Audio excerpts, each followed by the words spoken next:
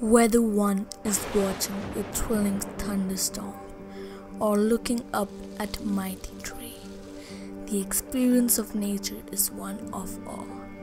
One cannot help but marvel at the intricate design of a single leaf or the roar of a great waterfall. Time spent in nature is time spent realizing that you don't know it all and that you never will. The earth is meant to be enjoyed by its inhabitants. That includes keeping it in the pristine condition in which it was discovered. Everyone has a part of the earth that they relate to the most, whether it is a majestic mountain range, a roaring waterfall, a bouquet of flowers, or the calm of the woods. These are the places to get to know oneself and build bonds with family.